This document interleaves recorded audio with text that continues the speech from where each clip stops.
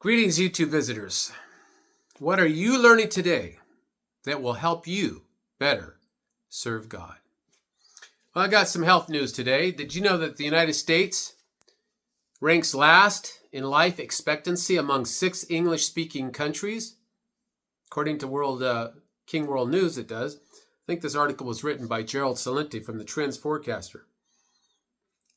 A newly released study in BMJ Open revealed that Americans can expect to live the shortest lifespans compared to peer countries, with women living an average of 81.5 years and men 76.5.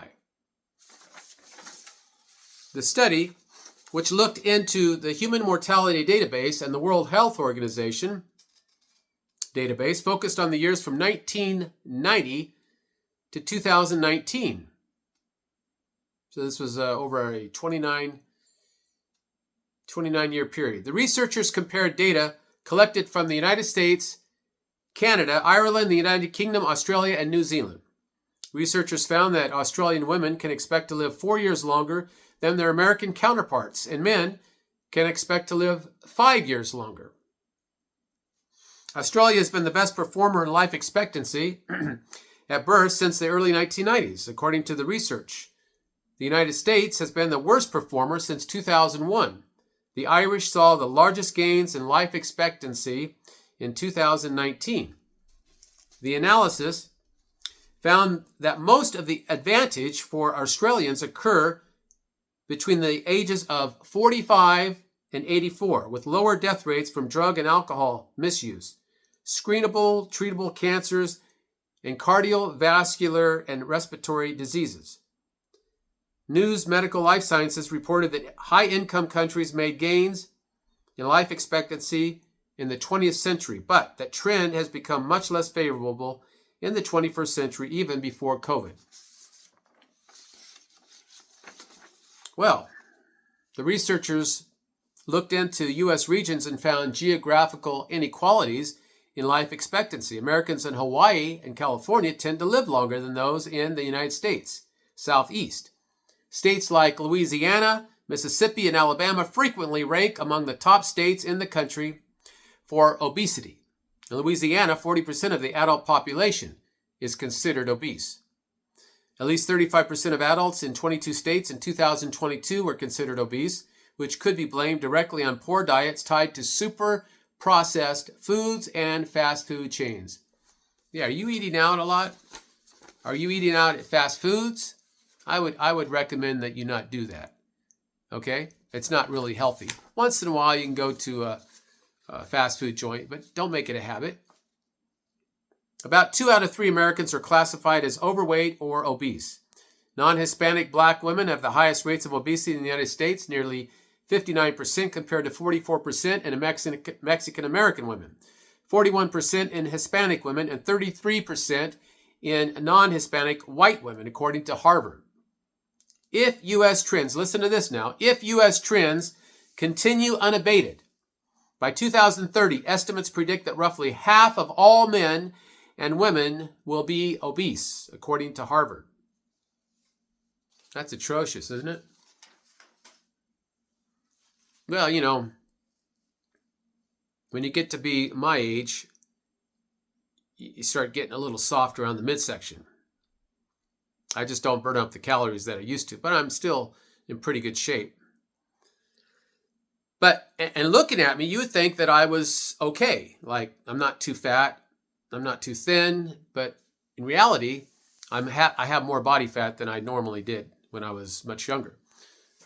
And the way to get rid of that, of course, is by diet, steady exercise, keep the metabolism high, keep it up there so that you can burn off those calories. I used to be able to eat anything and not gain weight.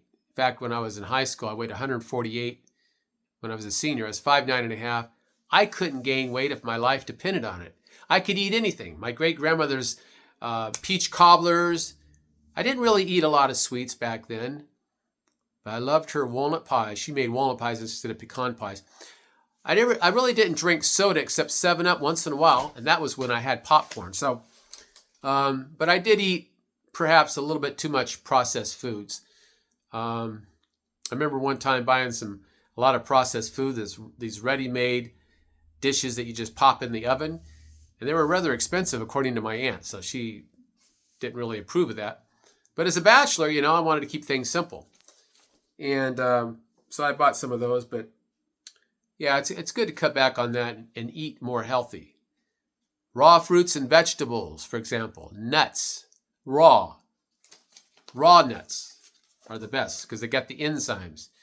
You want to keep the enzymes intact. When you cook food above a certain temperature, you kill or denature the food. They become enzymatically inactive. You need the enzymes in your body to help digest the food. So I take an enzyme supplement from Our Garden, and I think it's called the Maximizer, and it's got amylase, protease, lipase, which digest your fats, your carbohydrates, and your proteins. All right. Well, let's see. We are 6 minutes into this. What is your biggest health concern? If you can avoid cancer or heart disease or a stroke, you have a possibility of living to be 80, 85 years of age or older. I think there's a lot of cancers that are popping up, and we just don't know. I mean, I could have cancer in my body right now and not even know it. So we got to keep our immune system strong. I think the mRNA clot shot that was foisted upon us could not be a good thing. You see, have you ever noticed that when something's bad for you, the companies have to advertise it to try to sell it to you, like Cheetos, for example. Okay?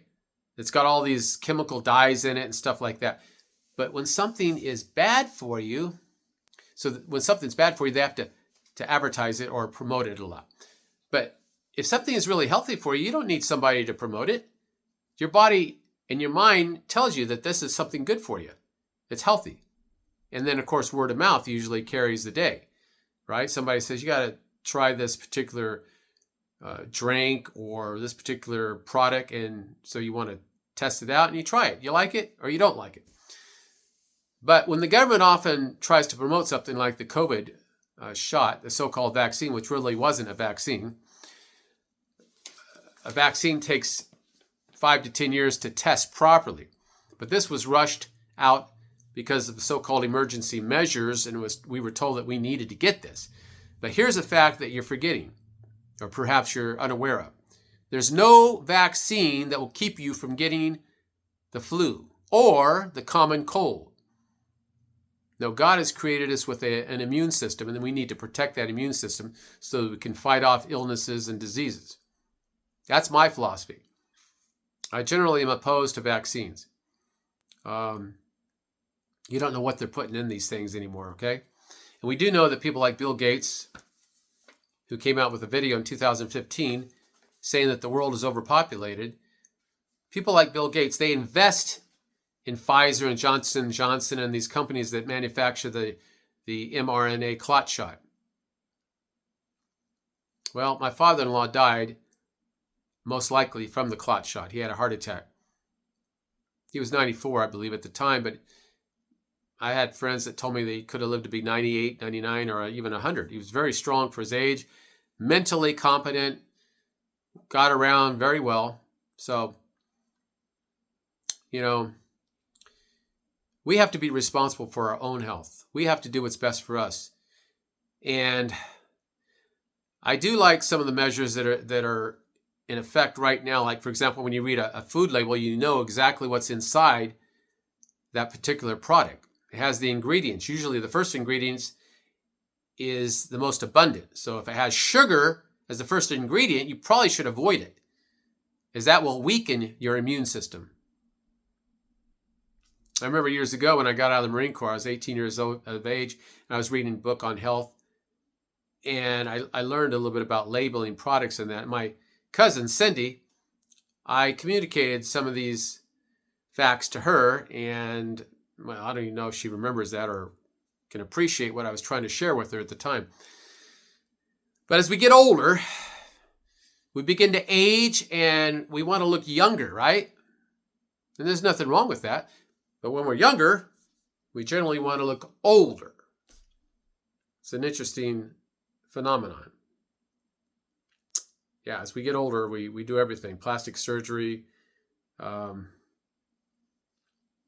do Botox to eliminate those wrinkles. We use moisturizers and things like that to soften up our skin. Try to stay out of the sun, so on and so forth. Anyway, hope you enjoyed this video. I'm going to be doing something on politics coming up, because I think once in a while we need to talk about our health, and we need to talk about finances, our wealth, and politics. Certainly, I know that's considered taboo for some people, but kind of like religion. But we can't hide from politics. We live in a world full of politics and laws and people who are in office to gain more power and control over other people. But we kind of have to be familiar with what's going on and some of the trends in the political realm. So next time I'm going to be talking about an article in this magazine called The New American. End of the UN. Americans are waking up. All right? So stay tuned for that. Share this video. If you like it, give me a thumbs up. And please subscribe. Until we meet again, may the Lord richly bless you. Have a great afternoon.